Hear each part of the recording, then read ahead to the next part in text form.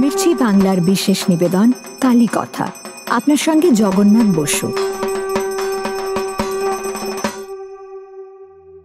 দেখতে দেখতে একেবারে কাছে এসে গেল দুর্গাপুজো। কতদিনের অপেক্ষা বলুন তো। অনেককে দেখেছি বহুদিন থেকে তারা কেনাকাটা করেই চলেছেন। কে একজন আমায় বললেন, তো 2.5 মাস আগে কিনে ফেলেছি, না করলে তো এইসব ব্লাউজ ট্রাউজ করানোই যাবে না, নেবেই না দর্জি দোকানে। এরমভাবে প্রস্তুতি চলছেই, চারিদিকে হোর্ডিংয়ে ভরে গেছে। কত রকম সব কথা লেখা, 1000 হাত, 2000 অমুক, এরকম কত কি। কেউ বলছেন প্রতিযোগিতায় নেই, ভক্তিতে আছি। কত সব ক্যাচ লাইন না, কি বলবো। তো দুর্গাপুজো তো এসেই গেল। তো আজকে দুর্গা মণ্ডপ পরিক্রমা, সেইগুলো নিয়ে কিছু কিছু কথা হবে। মা আনন্দময়ীর আগমন জননী বঙ্গভূমির ঘরে বাইরে তার ছড়ানো সংসারে, বাঙালির সমাজ জীবন, নগর জীবন আর গ্রাম জীবনের মধ্যে আসন জুড়ে বসে আছেন তিনি অগণিত ভক্ত নরনারীর হৃদয়ে। বিশ্বরূপা এসেছেন বঙ্গ জননী হয়ে, 10 হাতে সন্তানকে বরাভয় প্রদান করতে।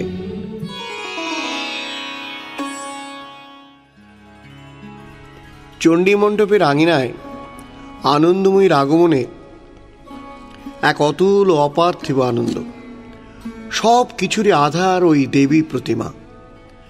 প্রাণ বেদিকা চণ্ডী মণ্ডপকে ঘিরে আজও চলেছে শারদ প্রকৃতির আরতি। কলকাতা ছাড়িয়ে মফস্বলের সুদূরবর্তী গ্রামগঞ্জেও তার বিস্তৃতি। দেখুন, কলকাতার মণ্ডপে মণ্ডপে যে মহাপূজা সে তো সর্বজ্ঞাত, কিন্তু গ্রাম বাংলার ঐতিহ্যবাহী চণ্ডী মণ্ডপগুলির আটচালায় অকাল বোধনের কিংবদন্তির কতটুকু আমরা খবর রাখি বলুন তো। দেখব বিশ্ব প্রাণের বিচিত্র মূর্তিতে, বিচিত্রতার গাত্রবর্ণে, বিচিত্র বেশভূষায়, পূজার বিচিত্র আয়োজনে, লোকাচারের বিভিন্ন দৃষ্টিতে ও মহাশক্তির আনন্দোজ্জ্বল হাস্যে গ্রামদেশ কতখানি পরিব্যাপ্ত। গৃহীর গৃহাঙ্গন থেকে সর্বজনীন মণ্ডপ সর্বত্র মূর্তিমতী, স্নেহময়ী, লাবণ্যময়ী, জগদানন্দ বিধায়িনী ভুবনমোহিনী রূপের পাশাপাশি ভীমা, ঘোড়া, ভয়ঙ্করী রূপেও তিনি শোভিতা।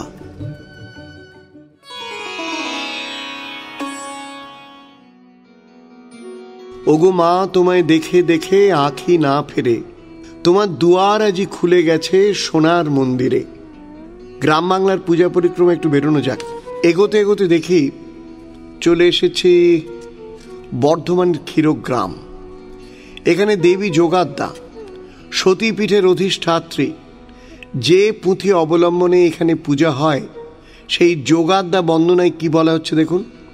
বন্দিব যোগাদ্দা যুগ আদ্যা শক্তি মাতা, ধর্ম অর্থ কাম মোক্ষ চতুর্বর্গ দাতা, ভয়ঙ্কর ঘোর মূর্তি তীক্ষ্ণ খড়্গ হাতে, উগ্রচণ্ডা নামে দেবী আছিলা লঙ্কাতে। বৈশাখী পূর্ণিমায় মারিচি দেবী নামে তিনি পূজিতা হন বৌদ্ধ রীতি অনুসারে। আবার এই শারদীয়ার সময় এই মহাদেবী আরাধিতা আদ্যা শক্তি মহামায়া দুর্গার ধ্যান ও মন্ত্র অনুযায়ী। পূজার বিধিতে লিপিবদ্ধ আছে অনেক ভয়ঙ্কর সব আচার অনুষ্ঠানের কথা, আর আছে প্রচলিত বহু জনশ্রুতি। পুঁথিতে দেখতে পাওয়া যায় একটি বিভৎস নির্দেশ, তোমারে সদয় আমি দেবী ভদ্রকালী, মোর পূজায় করনিত্য দিয়া নরবলি। কি কাণ্ড বলুন। নরবলি ইংরেজ আমলের আগে একেবারে বন্ধই হয়ে গেল। শক্তিপীঠ বীরভূম, এই জেলায় অসংখ্য দুর্গাপুজোর মধ্যে উল্লেখযোগ্য এখানে বক্রেশ্বরের অষ্টাদশভুজা মহিষমর্দিনীর আরাধনা। দেবীর সৌন্দর্য এখানে নয়নাভিরাম। নিত্যানন্দ প্রভুর জন্মস্থান বীরচন্দ্রপুর গৌড়ীয় বৈষ্ণব সমাজের তীর্থভূমি। প্রভুর পিতৃদেব হাড়াই পণ্ডিত, তিনি ছিলেন পরম শাক্ত। তিনি গৃহে দশভুজা দুর্গার প্রস্তর মূর্তি প্রতিষ্ঠা করেছিলেন। 550 বছর পূর্বের বিগ্রহের বিশেষ পূজা ও অভিষেক দুর্গোৎসবের 4 দিনেই সম্পন্ন হয়ে থাকে। মহাপ্রভু চৈতন্যদেবের আদেশে নিত্যানন্দ তার স্ত্রী বসুধা ও জাহ্নবা সহ খড়দায় এসে শ্রীপাঠ স্থাপন করেছিলেন। শ্যামসুন্দরের সেবা প্রকাশ করে অনন্তদেব নামে শালগ্রাম শিলার পাশে মহাবিদ্যা আদ্যাশক্তি ত্রিপুরা সুন্দরী যন্ত্র প্রতিষ্ঠা করেছিলেন তিনি। অবধূত নিতাই চাঁদ পরম বৈষ্ণব হলেও নিজে খড়দায় তার বাসভবনে মৃন্ময়ী প্রতিমা গড়ে শারদীয়া দুর্গা দেবীর আরাধনা করতেন।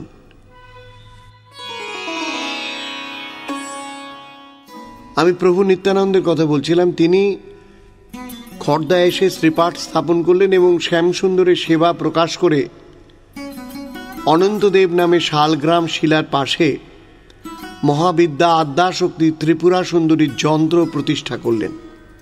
সপ্তমীর দিন সকালে নিত্যানন্দ কলা বউয়ের জন্য ভিক্ষা হিসেবে সংগ্রহ করতেন একটি সাদা থান। সেই থানই নবপত্রিকাকে পরিয়ে শুরু করতেন পূজা।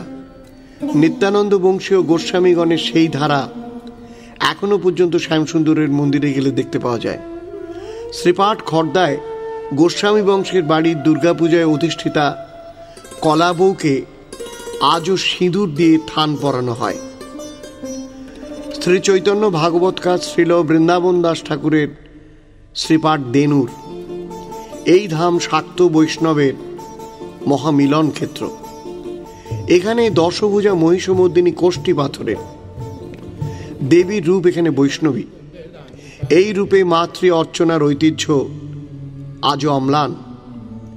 কাটোয়ার পাশে সমুদ্রগড়, যেখানে তাঁতের কাপড় টাপড় ভারী সুন্দরভাবে তৈরি হয়, সেই সমুদ্রগড় সাম্প্রদায়িক সম্প্রীতির এক অত্যুজ্জ্বল দৃষ্টান্ত। এখানকার মুসলমান বাড়িতে দুর্গোৎসব অত্যন্ত প্রাচীন। নবাব বাড়ির দুর্গা দালানে অধিষ্ঠিতা সিংহবাহিনী বুড়ো মা নামে পরিচিতা। ভাবুন, অন্য ধর্মের মানুষের বাড়িতেও দুর্গোৎসব হচ্ছে এবং যেটা খুব প্রাচীন। আমাদের শেকড়ের মধ্যে কিন্তু এই সম্প্রীতিটা রয়েছে, যেটা মাঝে মাঝে আমরা ভুলে যাই। আমরা ছেলে মানুষের মতো কিছু আচরণ করতে থাকি।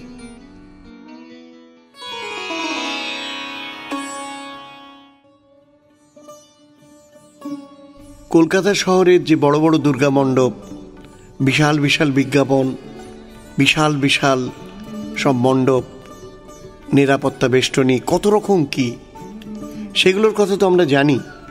কিন্তু দূরে দূরে গ্রামে গঞ্জে যে নিষ্ঠাভরে পূজা হয় এবং তার যে ঐতিহ্য, তার কিন্তু কোনো তুলনা হয় না। কিন্তু আমরা সেই সময় খুব বেশি লোক যারা সেখানে থাকেন, যাদের দেশ, তারা হয়তো যান। সাধারণ মানুষ কিন্তু ওই জায়গায় বিশেষ যান না। সেই গল্পগুলো বলছি যে এক একটা জায়গা কেমন কি দারুণ দারুণ সব দৃষ্টান্ত রয়েছে, সেগুলো দেখুন। বর্ধমানের রায়না থানার দামিন্নায় চণ্ডীমঙ্গল রচয়িতা কবি কঙ্কন মুকুন্দরাম চক্রবর্তীর কুলদেবী চণ্ডিকা ধাতু নির্মিত চতুর্ভুজা ও সিংহাসিনা চণ্ডী মণ্ডপে দুর্গাপূজা আজও অব্যাহত। পদাবলিকার জ্ঞানদাসের গ্রাম কাঁদড়ায় দুর্গাচণ্ডীর মন্দিরে যদি যান, দেখতে পাবেন মায়ের লাবণ্যময়ী মূর্তি। এবার বলবো এক বিচিত্র দুর্গা প্রতিমার কথা। মুর্শিদাবাদ জেলার জঙ্গিপুর মহকুমার রঘুনাথগঞ্জ থানার গদাইপুর গ্রাম, নাম পেটকাটি দুর্গা। পেটকাটি তো ঘুড়ি হয় বলে জানতাম, সেখানে দেখছি পেটকাটি দুর্গা দেবী এখানে পূজিতা হন পেটে কাটা চিহ্ন নিয়ে। প্রতিমা তৈরির সময় শিল্পী অস্ত্র দিয়ে দেবীর পেট কাটেন। এ নিয়ে প্রচলিত কাহিনী স্থানীয় মানুষের মুখে মুখে। অনেক বছর আগে গ্রামের চণ্ডী মণ্ডপে তখন নবমী পূজা হচ্ছে।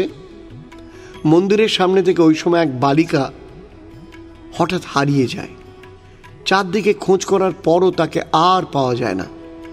গোটা গ্রামে বিষাদের ছায়া। বাড়ির লোকজন কেঁদে আকুল। নিখোঁজ বালিকাটির মা তখন মণ্ডপে এসে ধর্ণা দিলেন জগৎজননীর কাছে। সেই রাতেই স্বপ্নাদিষ্ট হলেন পুরোহিত। মা দুর্গা ক্ষোভ করে বলছেন,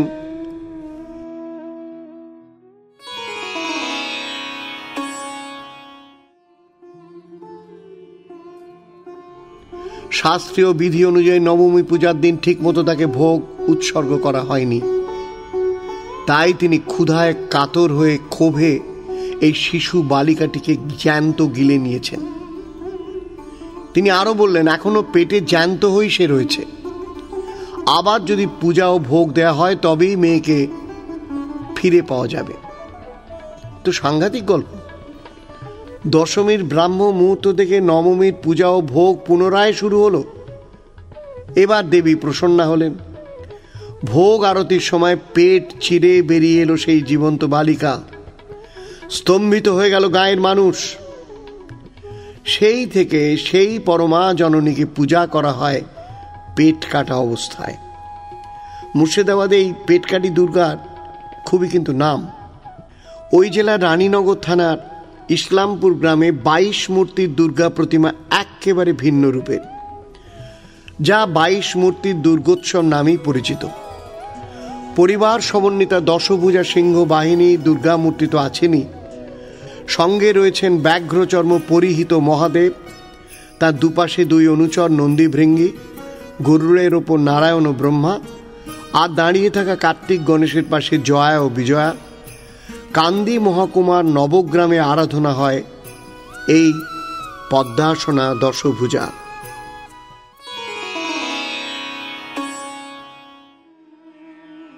কলকাতা শহরের ওই যে বড় বড় দুর্গা প্রতিমা, সব বিশাল মণ্ডপ, বিশাল বৈভব, ঢালাও বিজ্ঞাপন, তাদের কথা তো আমরা শুনতে পাই। কিন্তু গ্রামে গঞ্জে যেখানে নানা গল্প, নানা কল্প কাহিনী জড়িয়ে আছে, সেই সব দুর্গাপূজার কিন্তু ঐতিহ্যই আলাদা। সেই নিয়ে আমি আপনার সঙ্গে কথা বলে চলেছি। এ ব্যাপারে আমাকে দারুণভাবে সহায়তা করেছেন পণ্ডিত চৈতন্যময় নন্দ। তিনি গ্রামে গ্রামে ঘুরে বেড়িয়েছেন, দেখেছেন, অনেক জানেন। তিনি আমাকে এই সমস্ত গল্পের সন্ধান দিয়েছেন। দুর্গা বিচিত্রায় বনদুর্গার আরাধনা হয় বহু স্থানে। বনের মধ্যে দেবীর অবস্থানের সূত্র ধরে বনদুর্গা নামটি এসছে। সুন্দরবন এলাকার স্থানে স্থানে দেখা যায় এই বনদুর্গা পূজার রীতি। পুরুলিয়ার কাঁসাই নদীর তীরে গভীর অরণ্যে পূজা হয় কৃষ্ণবর্ণা সিংহ বাহিনী দশভুজার। বনদুর্গার পূজা হয় উত্তরবঙ্গেও।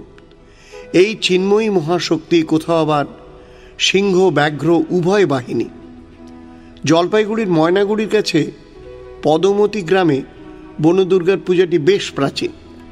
চতুর্ভুজা শক্তিরূপিণী মহামাতৃকা এখানে ব্যাঘ্র বাহিনী, সঙ্গে রয়েছেন কার্তিক গণেশ লক্ষ্মী সরস্বতী।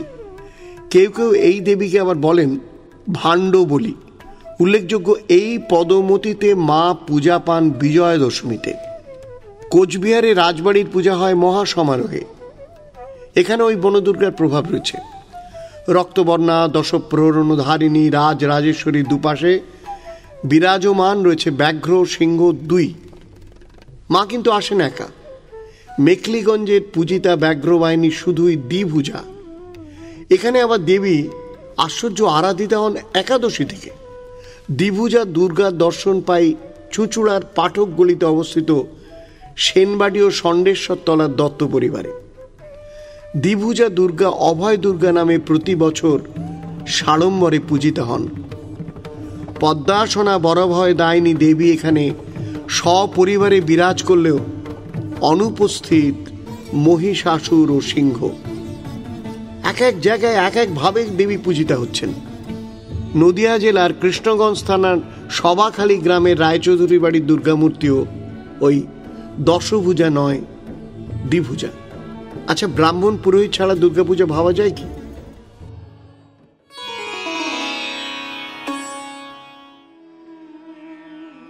আচ্ছা, আপনি বলুন তো, ব্রাহ্মণ পুরোহিত ছাড়া দুর্গাপূজা ভাবা যায়? যায় যায়। এ ধরনের বিরল বিচিত্র দুর্গোৎসব দেখতে হলে আপনাকে তো দক্ষিণ দিনাজপুর চলে যেতে হবে। গ্রামটির নাম টুঙ্কিল। মহিষ মর্দিনী দুর্গা এখানে চতুর্ভুজা। অমর কথা সাহিত্যিক বিভূতিভূষণ বন্দ্যোপাধ্যায়ের একটি লেখা গল্প রুক্মিণী দেবীর খড়গ অনেকেরই জানা। এই গল্পটি রাজ পরিবারের অধিষ্ঠাত্রী রুক্মিণী দেবীকে কেন্দ্র করে। রুক্মিণী দেবীর পূজার কাহিনী আজও যে কোনো মানুষের মনে ভয়ের উদ্রেক করে। বাংলার প্রত্যন্ত সীমা ঝাড়গ্রামের গিধনি, সেখান থেকে পাহাড়ি পথ ধরে গভীর জঙ্গল। এই জঙ্গলের মধ্যেই চিল্কিগড়ের রাজ পরিবারের দুর্গা মণ্ডপ। আজও সেখানে নিরবচ্ছিন্নভাবে চলে আসছে কনক দুর্গার আরাধনা। কথিত আছে প্রায় 350 বছর আগে কোনো এক সময় বর্গিরা জঙ্গলে এসে পড়লে রণভয়ঙ্করা দেবী দুর্গা স্বয়ং চতুর্ভুজা রূপে সেখানে আবির্ভূতা হয়ে দস্যুদের তাড়িয়ে দিয়েছিলেন। একমাত্র আদ্যাশক্তি মহামায়ার মঙ্গল আশিসেই শত্রু বিনাশ সম্ভব হয়েছিল বলে রাজা সেই অরণ্যেই স্থায়ী মন্দির তৈরি করে দেবীর সোনার বিগ্রহ প্রতিষ্ঠা করেন। ওই সময় কুলদেবী রুক্মিণীর পূজা হতো খুব ঘটা করে। ভয়ঙ্কর ভয়ঙ্কর সব বলি দেয়া হতো মহাষ্টমী মহানবমীতে। কনক দুর্গার কাছে পড়তো নরবলি। সে সময় পূজার কদিন বলির রক্তে পাশ দিয়ে বয়ে যাওয়া ডুলুং নদীর জল একেবারে লাল হয়ে যেত। এসব আজ গল্প কথা, কবেই শেষ হয়ে গেছে সেসব দিন। ভাগ্যিস শেষ হয়েছে। এখন হয়ে থাকে বলি হয়, কিন্তু ছাগ ও মহিষ বলি। ঠিক আছে, রুক্মিণীকে আবার দেখতে পাই বাঁকুড়ার পাত্র সায়রে। মহাশক্তি এখানে কিন্তু দশভুজা। সপ্তমী থেকে সাড়ম্বরে এর পূজা হয় পাকুড় গাছের তলায়। এছাড়া বাঁকুড়ার ঐতিহ্যবাহী দেবী পূজা আজও অম্লান। সেখানে কামান টামান শোনা যায় পুজোর সময়।